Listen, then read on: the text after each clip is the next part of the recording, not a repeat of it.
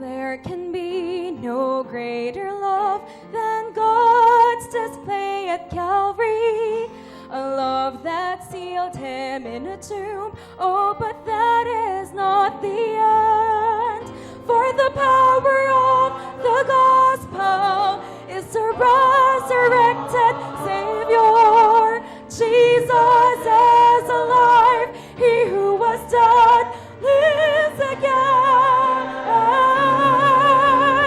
I believe the gospel, for it is the power of God unto everyone who believes. I believe the gospel, and it settles now with me. One day I will see the face of God. I believe His death upon Mount Calvary, rising up to victory. I believe, I believe, I believe the gospel, and it's settled now with me. One day I will see the face of God.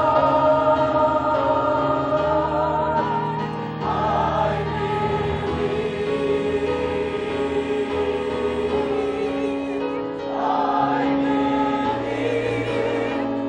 I believe, I believe.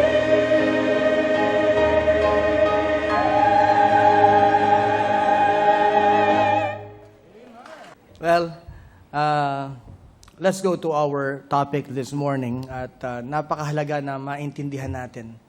Pag sinabi nating anthem, it speaks of a song, but it's a song should be sang by a group of people. Hindi lang isang tao. Yan. Anthem of the Blessed, because I would be speaking as our introduction sa dalawang institusyon sa Romans chapter 11 na totoo ngang pinagpala. Di ba? So, ang anthem them, when you speak of a song, it is actually an expression of the heart. Di po ba? An expression, a testimony. Kapag yung iba gumagawa sila ng awit, yan ay yung mga nilalaman ng kanilang puso. Minsan gumagawa ng awit and in a form of prayer. Yung psalm na sinasabi natin. But the thing is, what I'd like to say and be clear about is that hindi naman awit itong Romans chapter 11. This is a discourse about two institutions which are the nation of Israel at ang ecclesia, ang church. So dalawang institusyon ang pinag-uusapan dito. Pero ito yung sinasabi ko na anthem of the blessed dahil ito dapat ang laman ng puso ng mga tao ng Diyos, ng mga mananampalataya. At sana walang mananampalataya sa ating kalagitnaan na hindi nag-iisip na siya ay hindi pinagpala ng Panginoon. Amen? It is an insult to a benevolent God. It is an insult to our faithful God to think, if you are a believer of Christ, that you are not blessed. Because the Bible says we are blessed with all spiritual blessings in heavenly places. All spiritual blessings. And you see, you are not just blessed to be blessed. Diba? Hindi ka lang pinagpala dahil, para ikay maging masaya. Ang meron ho kayo ngayong umaga, yung mga gumraduate sa ating livelihood, ay pagpapala po yan. Tama po ba? Amen. Pero, hindi ho nyo tinanggap yung pagpapala na yan para maging masaya lang kayo. Because we believe that we are blessed by God to be a blessing to others. Kaya nga, ang isip ng isang pinagpala ay hindi parating nakahingi. Amen? Kaya binabago natin ang mindset ng mga tao po natin sa Lighthouse. Ayaw natin na parati tayo ang iniisip natin, mahirap ako, nangangailangan ako, bigyan mo ako. Kasi ang katotohanan ay sinasabi ng salita ng Diyos na tayo ay mga taong pinagpala. And because of that, we have the attitude of giving. We have that attitude na tayo ay, dahil pinagpala nga tayo, ay nagiging pagpapala tayo sa marami. Nagiging pagpapala tayo in terms of skills. Nagiging pagpapala tayo in terms of our abilities, in terms of our time and treasure and all the resources na binibigay sa atin ng Panginoon ay ginagawa niya tayong pagpapala. But let me just give to you the background of Romans chapter 11. Sabi ko nga po sa inyo, dalawa ang institusyon na pinag-uusapan dito. At kapag uwi nyo, you can just browse at Romans chapter 11 at makikita nyo roon mga kapatid na totoo nga na merong dalawang institusyon na parehong pinagpala ng Panginoon. Look at verse 1. Romans chapter 11 verse 1. And I say then, hath God cast away his people? God forbid. For I also am an Israelite, and the seed of Abraham, of the tribe of Benjamin. So, the first institution is referred to the nation of Israel. At tinatawag silang mga tao ng Diyos. At tunay naman, mga kapatid, na ang nation of Israel, ang mga Hudyo, ay tinawag at inihiwalay ng Panginoon. They were called the chosen, or they are called the chosen nation, the chosen people of God. Pero mga kapatid, in our time, ay merong ang halos pagkakapareho ang nation of Israel at ang New Testament church. In Romans chapter 11 verse 30, the Bible says, for as ye in times past. Sino yung ye na tinatawag dyan? Sino yung ye? Ito mga kapatid ay hindi na Israel. Ito ay ang New Testament church. For as ye in times past have not believed God, tayo yun. We were Gentiles by nature. Iba ang klase ng pagsamba ng mga non-Jews sa mga Gentiles. The Gentiles would usually worship images. Would usually worship graven images.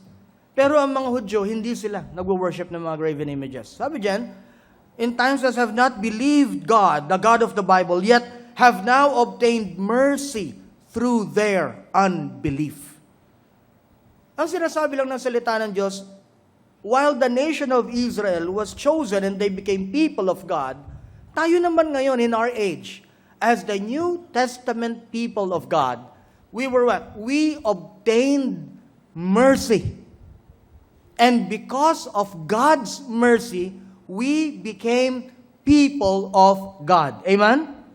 Walang nagiging tao ng Diyos dito o walang nagiging inaaring ganap ng Diyos na sa pamamagitan ng kanyang kagalingan o ng kanyang religious affiliation. It is always by the mercy of God. Amen? We are here. We worship together. We praise the Lord and worship Him and serve Him only by God's mercy. And we have this testimony that tayo ay ligtas. Kanina, tinanong yung mga candidates for baptism. Ang tanong sa kanila, tumanggap na po ba kayo sa Panginoon? And they said, yes. They can only say yes and can affirm that they are saved because of Christ's mercy. Amen? Dahil lang sa habag ng Diyos. Walang nakakalapit sa Panginoon sa pamamagitan ng kanyang sarili pong galing. At sasabihin niya, dapat tanggapin ako ng Panginoon dahil mabait ako. Dapat tanggapin ako ng Panginoon dahil ako ay maraming natulungan na tao. Dapat ako ay tanggapin ng Panginoon dahil ganito ako, dahil matalino ako, or anything. Listen, dapat tanggapin ako ng Panginoon dahil ako ay kawawa naman. No. Lahat po tayo ay nakakalapit sa Panginoon dahil tayo ay kinasihan ng habag ng Panginoon. Amen? Sapagkat lahat tayo ay makasalanan. At lahat tayo ay hindi umabot sa kanyang kalwalhatian. At lahat po tayo ay pinulot ng Panginoon sa kanyang habag. Okay. So ang dalawang institusyon ay parehong nakaranas o tinawag ng mga tao ng Diyos. Romans chapter 11, verse 5 to 6. Even so, then, at this present time also, there is a remnant according to the election of grace. And if by grace, then it is no more of what? works. Otherwise, grace is no more grace. But if it be of works, then is it no more grace? Otherwise, work is no more work. So pinag-uusapan dito, again, ang dalawang institusyon. Pero hindi mo may tatanggi po na ang dalawang institusyon na yan is under the grace of God. Amen? Lahat ng dispensation is the dispensation of God's grace. From the foreknowledge and the election of the saints, mga kapatid, biyaya ng Panginoon ang kumilos sa atin. Hanggang nung tayo ay tumanggap sa Panginoon, biyaya pa rin ng Panginoon. Ang mga Israelitas, lahat ng kanilang dinaanan at na-overcome, mga kapatid, biyaya ng Panginoon yan. Amen? Naligtas tayo sa biyaya ng... Ano ba ang biyaya ng Panginoon? Ang biyaya po ng Panginoon ay mabuting pagkilos ng Panginoon sa tao. Kaya pag sinabi mong sa biyaya ng Diyos, ibig sabihin, sa mabuting pagkilos ng Diyos sa buhay mo. Minsan, ang pinagmamalaki natin, yung pagkilos natin. Minsan, ang pinagmamalaki natin, yung kabutihan natin. Pero ang sabi ng Bible, ang relasyon natin po sa Panginoon ay kung hindi biyaya, ito ay gawa. At kung hindi gawa, ito ay biyaya ng Diyos. Pero tanong, kung ang ating relasyon sa Panginoon ay nakabase sa ginawa ng tao, maaabot ba natin ang Panginoon? Our God is perfect. Therefore, He would have a perfect standard. Sino sa atin dito o magsasabing, ako rin, naabot ko yung standard ng Panginoon? Meron po ba? Wala. Kaya kailangan natin ng biyaya ng Diyos. Dahil ang biyaya ng Diyos ay mabuting pagkilos ng Diyos sa atin. Nung si Kristo po ay bumaba, magmula sa kalangitan, at kinuha niya ang katawan ng isang tao. Siya ay nagkatawang tao. He came in the form of man. That is God's grace. Amen? That is God's grace. When the Lord Jesus Christ ministered to this earth for 3.5 years, and He suffered, that is God's grace. When He died at the cross of Calvary, not for His own sins, but for the sins of many, that is God's grace, because that is God's work. When He was buried, and after 3 days, He rose from the grave, the resurrection day, nung siya ay nabuhay, nagamuli. Mga kapatid, yun din ay biyaya ng Diyos. Kaya ang kaligtasan natin ay biyaya ng Diyos. Amen? Hindi lang doon, hanggang sa ating paglilingkod sa Panginoon ay biyaya ng Diyos. Ang nation of Israel, sa lahat ng kanilang ginawa, at lahat ng kanilang na-accomplish as a nation, that is because of the riches of God's grace. At gayon din naman sa Ecclesia, parehong institusyon yan na buhay sa ilalim ng biyaya ng Diyos. Amen? Romans chapter 11, verse 12. Now, if the fall of them, who's them? Israel. If the fall of Israel be the riches of the world. Yung world na yan, hindi yan yung literal na lahat ng sangkatauhan, no. It speaks of the ecclesia, the church. If the fall of them be the riches of the world, and the diminishing of them the riches of the Gentiles, how much more their fullness? What is this? This speaks of the blessings of the Lord. Alam nyo, alam natin ang Israel, di ba, ay kamangha-manghang bansa, kahit hanggang ngayon.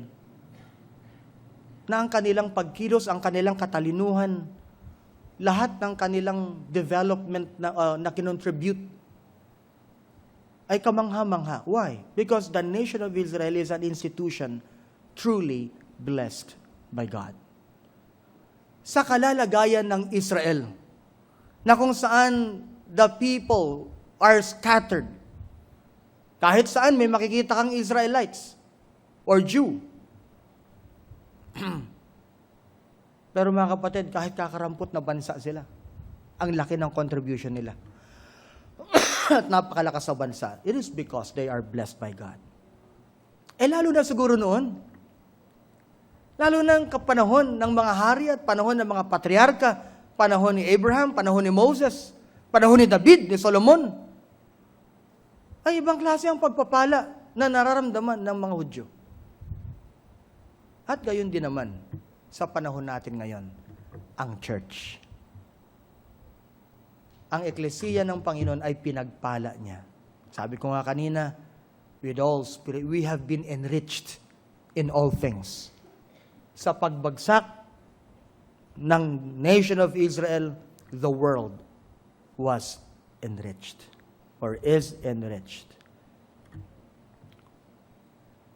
Romans chapter 11 verse 29. Nililay down ko lang po yung foundation para mas maging malinaw sa atin na ang pinapag-usapan pala dito ay dalawang institusyon. The nation of Israel and the church. The Bible says in verse 29, "For the gifts and calling of God are without repentance." For the gifts and calling of God. Yung dalawang institusyon na yan ay in-empower ng Panginoon. Yung dalawang, when you speak of gifts, you speak of God's power in an institution. Yun yung empowerment eh. The giftedness of God's people. While the nation of Israel were truly blessed, they were also the kind of people who are truly gifted by the Lord. Ganon din naman sa Ecclesia. We are an institution empowered or gifted by the Holy Spirit, by the Lord. Amen? Bakit tayo binigyan ng gifts? Bakit tayo binigyan ng iba't ibang administration from the Spirit? Ayun, nakasulat doon mga kapatid. Kasi meron tayong panawagan. So, ang parehong institusyon ay merong panawagan. At iisa lang ang panawagan ng children of Israel at ng Ecclesia ng ating Panginoon, ng New Testament Church. Iisa lang. Ano yun? The Great Commission. They were empowered, they were blessed, they were gifted by God so that the design, the first design, the original design, why the Lord has chosen them is for them to be a nation that would proclaim the true and living God, to be a testimony of God's blessing, so that all nations may know that the true and living God is the God of the Bible, that the true and living God is Jehovah. Maintindihan ng buong mundo. Yun ang panawagan ng nation of Israel. And when you speak of the calling of the church, the calling of the New Testament church, the Great Commission, "Go ye therefore and teach all nations, baptizing them in the name of the Father and of the Son and of the Holy Spirit." What is that? That is to proclaim the true and living God. That is to proclaim the Lord Jesus Christ throughout all nations. Hindi ka binigyan ng gift. Hindi ka in-empower. Hindi ka pinagpala para ikaw ay maging masaya lamang. Ngunit merong misyon na ibinigay ang Panginoon, both sa children of Israel and to the Ecclesia. Both are empowered, both are called by God. Sa lahat ng privileges na ito, mga kapatid, tinawag silang people of God, speaks of God's possession of these two institutions. Pinagpala sila ng Panginoon. Sila ay inilagay under the grace of God. Di ba? Kumilos sila sa pamamagitan ng biyaya ng Diyos. At sila ay binigyan ng gifts. Sabi nga ng ating pastor, di ba? Yung mga gifts during the Old Testament ay dinala. Yung mga victories nila ay dinala sa New Testament. Lahat ng ito, mga kapatid, lahat ng ito boils down to one doctrine. Para ano? For of Him, and through Him, and to Him are all things. para ma-declare at i-recognize ng dalawang institution na to na lahat ng meron tayo, na lahat ng pagpapala, na lahat, mga kapatid, ng nai-enjoy at na-enjoy ng children of Israel at ini-enjoy ng Ecclesia is of Him and through Him and to Him. Alam natin na ang Old Testament, kaya nga old din, may New Testament, ay natapos na. Ibig sabihin, hindi na ngayon ang era ng nation of Israel. Hindi na ngayon ang panahon na kung saan ang nation of Israel ay ginagamit para makilala ng buong mundo ang tunay na Diyos. Sino ang ginagamit? Ang mga mananampalataya. To be specific, ang New Testament Church. Bakit hindi na sila? Mga kapatid, hindi nila naisabuhay itong ganitong klase ng declaration. Sa lahat ng pagpapala na kanilang tinanggap, sa lahat ng biyaya, sa lahat ng pagkilos na biyaya ng Panginoon sa kanilang buhay as a nation, hindi nila nagawa ang declaration na ito. That everything is for Him, everything is of Him, everything is through Him, and everything is to Him. Anong nangyari sa kanila? Romans chapter 11, verse 15. The Bible says, "For if the casting away of them be the reconciling of the world, what shall the receiving of them be but life from the dead?" Ang emphasis ko lang dito is the casting away of them. The nation of Israel was cast out. Ibig sabihin, they were disqualified. You ask me why? Because they did not live up to the declaration of Him, through Him, and for Him, or to Him are all things. They were focused on the blessing. They were focused on themselves. They were focused on enjoying the blessings and the grace and everything that God has given to them. But they have forgotten that everything is of Him. Everything is through Him and to Him. Romans chapter 11, verse 20. Well, because of unbelief, they, the nation of Israel, they were broken off. Wow. Nakita niyo yung kalalagayan nila? Ganyan ang spiritual condition ng Israel ngayon. They were broken off. They were like a branch. The main that was broken off, or that is broken off from the main branch. It speaks of unfruitfulness. Pagiging barren na ito eh. Uselessness. Well, makita natin na sabi natin maraming contribution ang children of Israel o ang Israel ngayon, nation of Israel, sa mundo. Pero mga kapatid, that is not the original design of God for them. Because the original design of God is for them to proclaim the true and living God. Yun ang original design. But they do not live up to that design anymore. It is to declare that everything that they had and everything that they would accomplish is from the Lord. That is their design. And they should proclaim it to the whole nation or to the whole world.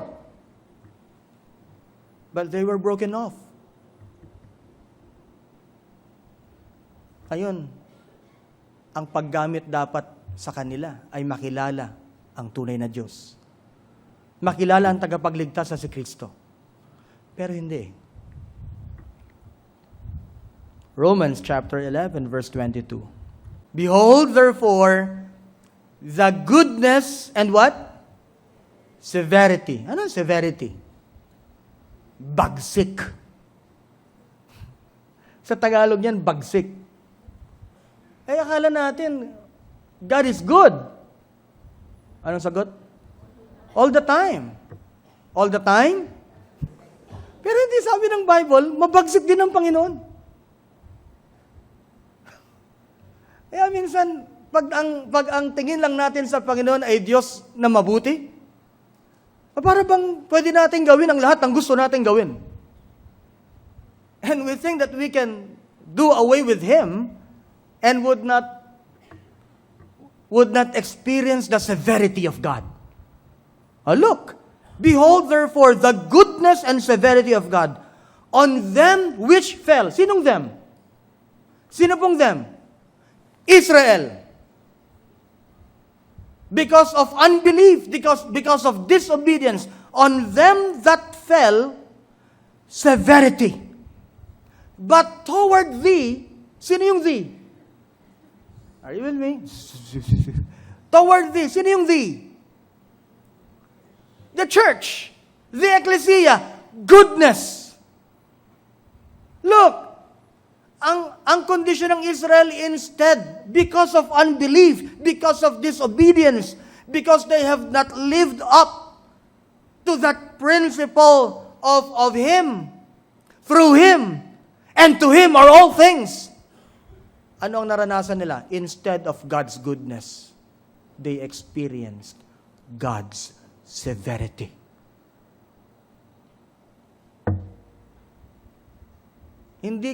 I do not speak of salvation here. Hindi ko ina-explain sa inyo ang kaligtasan, o ang pinupunto ang kaligtasan, pero yung pagiging institusyon na ginagamit ng Panginoon. Ginagamit ng Panginoon as an institution so that the whole world may know Him.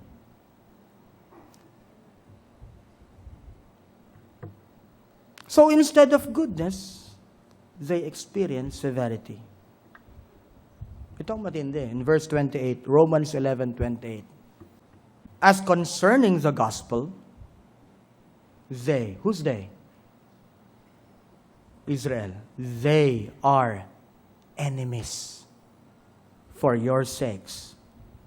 But as touching the election, they are beloved for the Father's sakes. Pero yan ang kondisyon. As far as the gospel is concerned, as far as believing the Lord Jesus Christ as the Messiah, the Savior, the Son of God is concerned, look, they are the enemies. Pastor, pwede pala yun. Yung Israel na dating pinili ng Diyos, as far as the gospel is concerned, sila ay kalaban for the sake of the ecclesia. Sila ay naging kalaban. So that this nation are the hardest kind of people to be won for Christ. The hardest kind of people na pag pinresent mo na si Jesus ang tagapagligtas, siya ang tunay na anak ng Diyos, yuyurakan ka lang yung mga yan. They would not believe you. But there is a remnant that who would believe.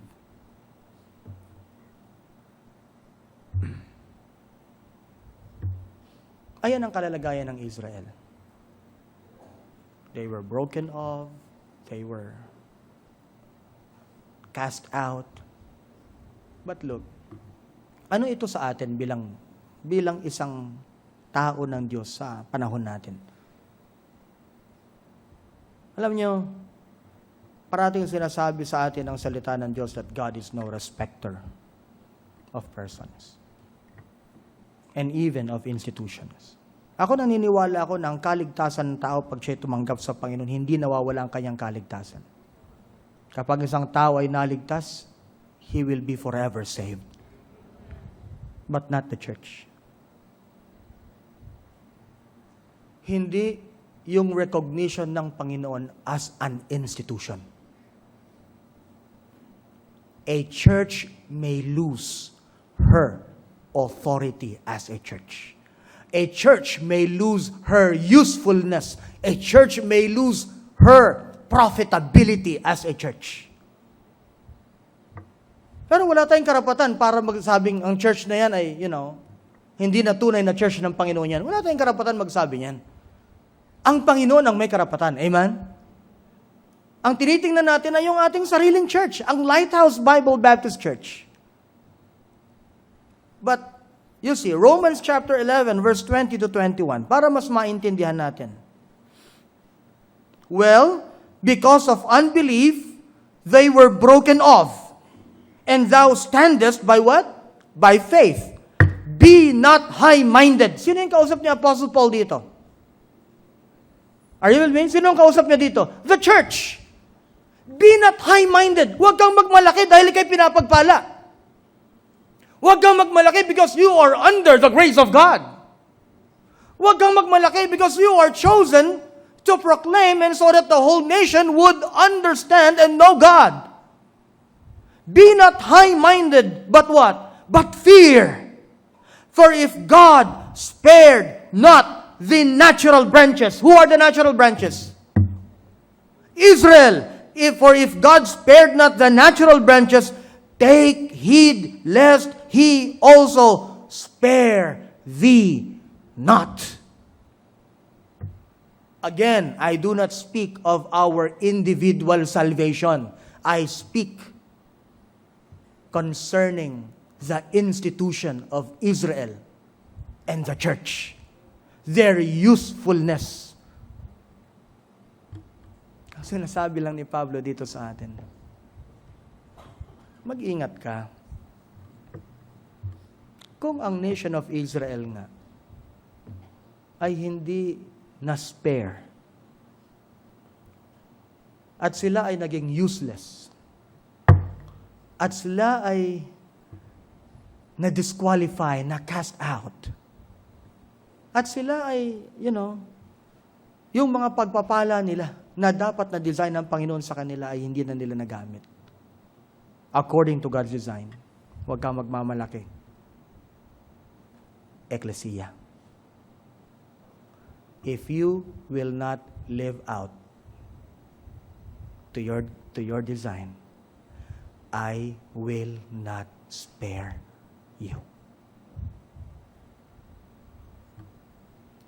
You will lose your usefulness. Naalala nyo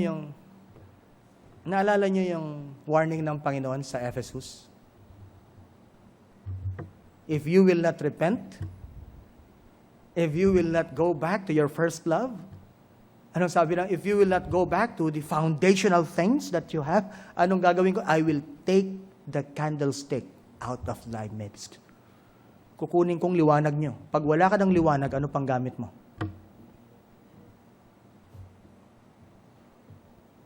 Puro activity na lang tayo dito, pero walang liwanag. Are you with me?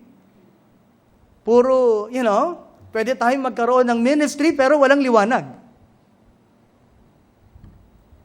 Pwede tayong magkaroon ng maraming livelihood program, pero walang liwanag.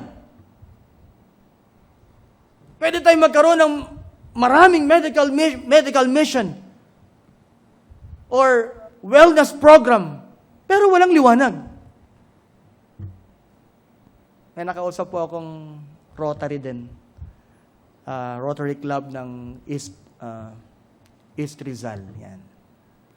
At ganun din, they would want to partner with us.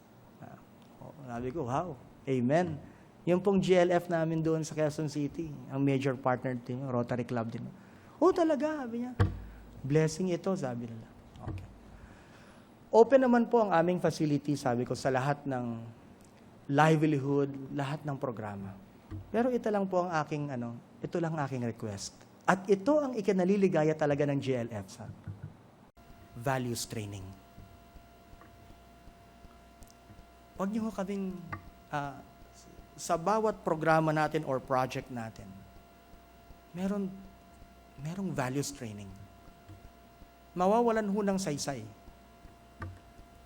Kung bibigyan namin ng skills ang mga tao, kung tuturuan namin sila ng pangkabuhayan, pero walang tamang foundational values, walang tamang pag-uugali patungkol doon at wala ang Panginoon sa kanilang buhay. Mga 30 minutes lang, 20 minutes. Kaya po nung Friday and Saturday, meron kaming umpisang solar technology training. Solar technology training for two days. At marami. May mga 20 na dumating at nag-training. But sa 2 days na yan, ay pinahalagahan din po ang values training. Ang values saturation. Mahalaga po yan eh.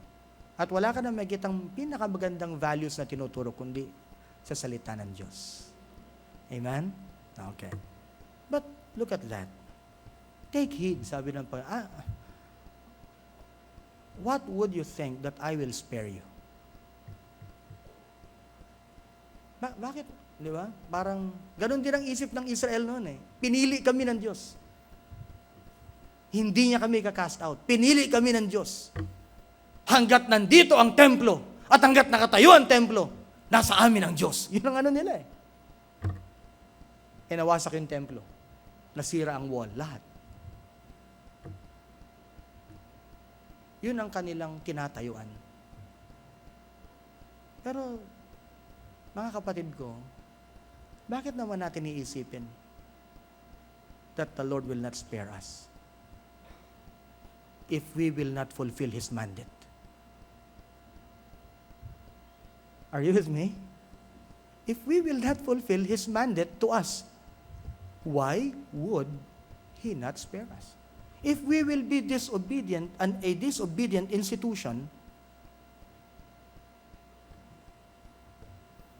kaya tayo rin tumatayo on the same principle that everything is of Him, everything is through Him, and everything is to Him. Romans 11:4 of Him, and through Him, and to Him are all things, to whom be glory forever. Amen. Letter A.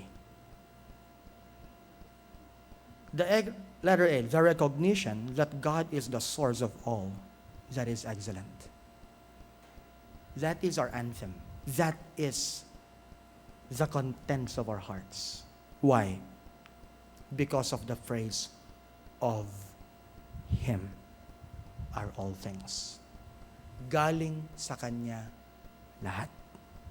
Lahat ng excellent things ay hindi tumubo sa katawan mo. Lahat ng mabubuting bagay at magagandang bagay, na-discover mo lang yan na nasa iyo pala. At pag yan ay na-discover mo, may naglagay niyan sa'yo. Amen? So, walang ipagmamalaki yung parehong institusyon. Sapagkat lahat ng pagpapala at ng victories na dinaanan ng children of Israel, mga kapatid, it is because of God. It is because of Him. And remember, kung anumang bagay ang na-accomplish ng ating church, naku mga kapatid, napakaganda ng ating mga ministries. Punong-puno ang kamay ng lighthouse ng gawain ng Panginoon. Amen? Amen? And let us be engaged and let us be involved sa lahat ng ministries ng church na ito. Wala kang talo dyan. Amen? Because the Bible says, everything that we do, ito ang ating stand dyan, if we will be faithful and if we will abound in the work of the Lord, the Bible says, it will never be in vain. It will yield fruits. It will yield results. Mga kapatid, huwag natin kakalimutan na lahat ng ito is of Him. First Chronicles chapter 29 verse 13. Sabi ko sa inyo lahat ng excellent things. Chapter 29 verses 10 to 13. Wherefore, David blessed the Lord before all the congregation, and David said, Blessed be thou, O Lord God of Israel, our Father, forever and ever. Thine, O Lord, is the what? Andiyan ba? Is the what? Greatness. And what? Power. And what? The glory. And the victory. And the majesty. For all that is in the heaven and in the earth is thine. Thine is the kingdom, O Lord, and thou art exalted as head above all. Both what? Riches and honor come of thee, and thou reignest over all. And in thine hand is what?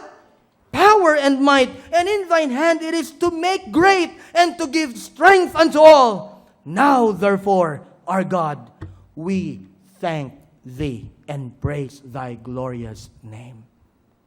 Lahat, Panginoon, yun ang awit ni David eh. Lahat, Panginoon, ng excellent things. Power, glory, majesty, greatness, strength. It comes from you. And let me tell you this, all your accomplishments, kung sino ka man sa buhay na ito, it comes from the Lord. Lahat ng magagandang bagay na tinatamasa mo sa buhay mo. Graduates ng livelihood, remember this. Your skill, your knowledge ngayon na meron kayo, please remember, it comes from the Lord. At pasalamatan natin ang Panginoon dahil dyan. Amen? Oo. Walang bagay na maganda na meron tayo na hindi natin tinanggap lang. Sabi po ng Biblia, ang lahat ng bagay ay ating tinanggap. At ang church, mga kapatid, ay nakatanggap ng maraming pagpapala. Nakatanggap ng maraming kaloob galing sa ating Panginoon. 1 Corinthians chapter 4, verse 7. 1 Corinthians chapter 4, verse 7. For who maketh thee to differ from another? And what hast thou that thou didst not receive? Now, if thou didst receive it, why dost thou glory as if thou hast not received it? Meron bang bagay na hindi mo tinangkilik o tinanggap? Wala. Ngayon, kung nasa iyo na yan, bakit parang nagmamalaki ka? Na hindi mo ito tinanggap, na parang ito'y tumubulang sa iyo? No. Somebody gave it to you. You did not start from zero. You did not start from nothing. Amen? All of us started with the grace of God. Lahat tayo. Nag-umpisa sa Panginoon.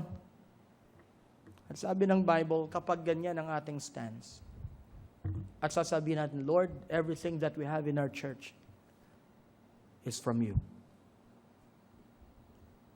Alam mong effect yan sa atin? Hindi tayo magiging conceited. Hindi tayo magiging mapagpalalo. Hindi tayo magiging mayabang. Anong sabi ng Bible? When we humble ourselves before Him, He what? He lifts us up. Itinataas niya tayo. 1 Peter chapter 4, verse 10. As every man, every person in the church, as every man hath received the gift, even so minister the same one to another as good stewards of the manifold grace of God. Look, this church, this institution,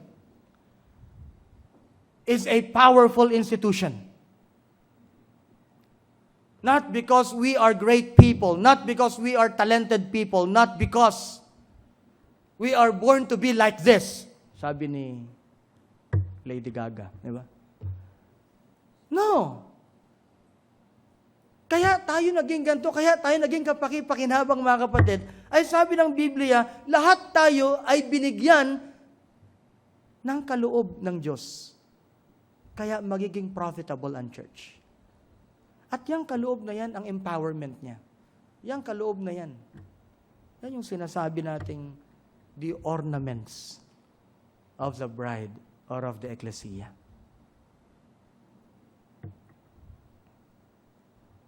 So let us declare before the Lord, Lord, everything that we are and everything that we have is of you. Let it be the recognition of God's grace or God's enablement. Because the Bible says, through Him. Through Him. The recognition of God's grace. Ganyan ang biyaya ng Diyos. Ang skill mo ay skill lang yan. At hindi ibig sabihin may kakayanan ka, ay nagiging profitable ka. Amen? Hindi ibig sabihin na you are a gifted person, ay ibig sabihin na ay makikita, magmamanifest na ang iyong fruitfulness. No? Sabi ko sa inyo kanina, the grace of God is God's inworking in you. It is God's enablement sa isang mananampalataya. Ganito yan. Parang ang illustration ay parang kuryente. Diba? You have a very powerful tool, pero hindi mo mapakinabangan. Powerful lang siya. Unless may dumaloy na power doon sa iyong tool, sa powered tool mo, doon mo makikita ang kapakinabangan niya. So anong gagawin mo? Isasaksak mo siya. Lalagyan mo ng power, yung powered tool mo, para yan ay maka-accomplish. Just the same with our gifts. The same with our gifts. Hindi mo mapapakinabangan yan sa gawain ng Panginoon. Hindi magmamanifest ang profitableness, ang fruitfulness ng kaloob ng Panginoon kung walang biyaya ng Diyos. Because the grace of God empowers the Christian. It is God's enablement. So siya na ang nagbigay ng gift, siya pa ang nag-empower sa'yo para magamit mo yung binigay niya. Kaya nga, all is of Him and all is through Him. Minsan hindi ina-acknowledge siya ng mga tao. Akala nila sila yun. Pero hindi, mga kapatid, maliwanag sa sinasabi ng salita ng Diyos that it is the grace of God who will enable us so that we could rise above ourselves. Amen? We could rise above even yung mga needs natin at kahirapan natin. Hebrews chapter 4, verse 16. Let us therefore come boldly unto the throne of grace, that we may obtain mercy and find grace, what? To help. Lahat tayo dito, mga kapatid, nangangailangan ng tulong ng Diyos. At ang pagtulong ng Diyos sa atin ay ang Kanyang biyaya. Hindi tayo nangangailangan ng tulong na namamalimos. Pero tayo lumalapit sa Panginoon at humihingi ng tulong galing sa biyaya ng Diyos. Amen? At kaya tayo nakakagawa ng mga bagay na dakila. Kaya tayo nakakapagkaloob ng mga pagkakaloob na dakila. Kaya tayo nakapag-endure. Kahit anumang temptations and burdens ang dumating sa buhay natin, we can rise above that. Kaya tayo nagkakaroon ng kaalaman na hindi tayo nagiging mediocre Christian. We rise above our own foolishness. We rise above our own ignorance. Why? Because of the grace of God. He empowers us. Amen? Anong sabi ng Apostle Paul? But by the grace of God, 1 Corinthians 15:10, but by the grace of God, I am what I am. Anong I am what I am? Ang sinasabi ni Pablo rito, lahat ng aking excellences, lahat ng maganda sa akin, lahat ng aking victories, lahat ng aking accomplishments, kung ano man ang tingin ng mga churches sa akin, kung ano man ang tingin nilang kadakila ang pagiging apostle ko, yan ang sinasabi ni Apostle Paul, it is because of the grace of God. And that should be the anthem of the saints. It is of Him. Binigyan niya ako. It is through Him. Kumilo siya sa akin para magkakawa ako ng mga dakilang bagay.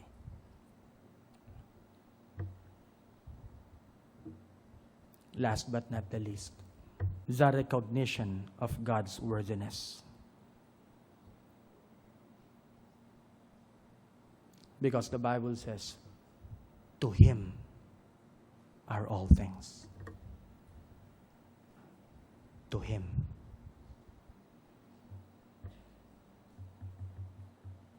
He is worthy. Okay, ganito yan. Binigyan ka ng Panginoon. Nung binigyan ka ng Panginoon, nasa iyo na. Amen? In-empower ka ng Panginoon. Kaya ka nakagawa ng mga dakilang bagay. Huwag mong sasabihin, walang kinalaman ng Panginoon dito. Ako ito. Hindi. Through Him. You work through Him. You serve through Him. We have all these things in our church, our ministries. It is because of the grace of God. Through God's grace. Ngayon, anong kaduluduluhan yan? To Him. Everything should be offered to the Lord. All things. We acknowledge and recognize that everything that we have is offered before the God who gave us gifts, who empowered us, and made us the kind of people we ought to be. Ang Israel nanatili na ang pagkaalam nila, ang pagpapala at lahat ng pribileyo ay nasa kanila. Kaya sa bandang huli ang sinabi ng Panginoon, you know what? Everything that you have is for Christ. It is to Christ.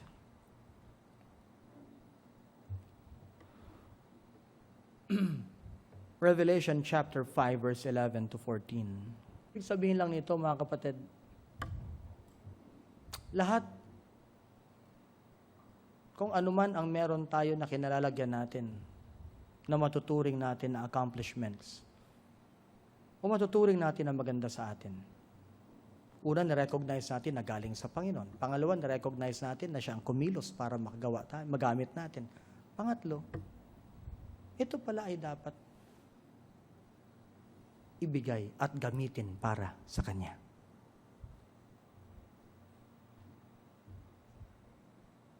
Huwag mo lang i-enjoy yung honor mo, yung position mo, kahit anong position ka saan nilagay ng Panginoon. Gamitin mo yan para sa Kanya. Amen? Kahit anong bagay ang recognition na ibinigay sa iyo, sa school man yan, sa community man yan, sa office man yan, ikaw ay itinaas ng Panginoon. Listen. Yan ay ginawa ng Panginoon sa iyo. Para yan ay iyong gamitin para sa Kanya. Yan ang hindi ginawa ng Israel. Ito ang nakalimutan nila. Kaya ang sabi ng Panginoon sa kanila, lest thou forget that it is the Lord thy God who hath given thee the power to get wealth. Lest you forget, kapag busog ka na, kapag nakainom ka na, kapag puno na ng, puno na ang bangko mo, lest thou forget. Baka makalimutan mo na ang Panginoon na nagbigay sa iyo niyan. And you would use it for yourself. And not for the design that God has given to us. May design ng Panginoon, it is to Him. It is for Him. Revelations 5:11 to 14, ang sabi yan, and I beheld, and I heard the voice of many angels, round about the throne, and the beasts, and the elders. And the number of them was 10,000 and times 10,000, and thousands of thousands. Ang dami nito. Saying with a loud voice, worthy is the Lamb that was slain to receive what? To receive power Siya nang nagbibigay ng power, but He is worthy to receive power. Ano pa? And riches, and wisdom, and strength, and honor, and glory, and blessings. Our Christ is worthy of that. Amen? Verse 13, and every creature which is in heaven, and on earth, and under the earth, and such as are in the sea, and all that are in them, heard I saying, blessing, and honor, and glory, and power be unto Him that sitteth upon the throne, and unto the Lamb forever and ever. And the four beasts said, Amen. And we say, Amen. And the 24 elders fell down and worshiped Him that liveth forever and ever. Ipinasilip kay John ang future. At ang ano nakita ni Apostle John? He saw the people of God giving back their praises and their honor and everything to the one who is worthy.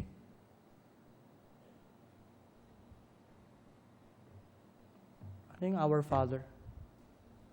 Ama namin, sumasalangit ka. Sambahin ang ngalan mo. Ano yan? Ano yan? Mapasa amin ang kaharian mo. Saan daw? Dito sa lupa, gaya ng? Kung anong nangyayari sa langit, mangyari rin dito sa lupa. Ipinasilip kay John kung anong nangyayari sa langit. Yung nangyayari sa langit, nung ipinasilip kay John ang future, ibinabalik ng lahat ng mga mananampalataya ang power, ang honor, ang glory, and everything. And they would say, Holy, holy is the Lord. He is worthy of all these things. Why? Because everything is for Him. Kung ano ang kalooban mo sa langit, siya rin ang kalooban mo dito sa lupa. Therefore, we come before the Lord as an ecclesia and say, Lord, we give back to you the power, the riches, the glory, the majesty, the honor. Revelation chapter 4, verse 10 to 11. The 24 elders fall down before Him that sat on the throne and worship Him that liveth forever and ever. And what? And cast their crowns before the throne. And cast their, what are these crowns? The crown speaks of authority. The crown speaks of rewards. The crown speaks of riches. And everything that is majestic and excellence and excellent. Yun yung nirepresenta ng crown.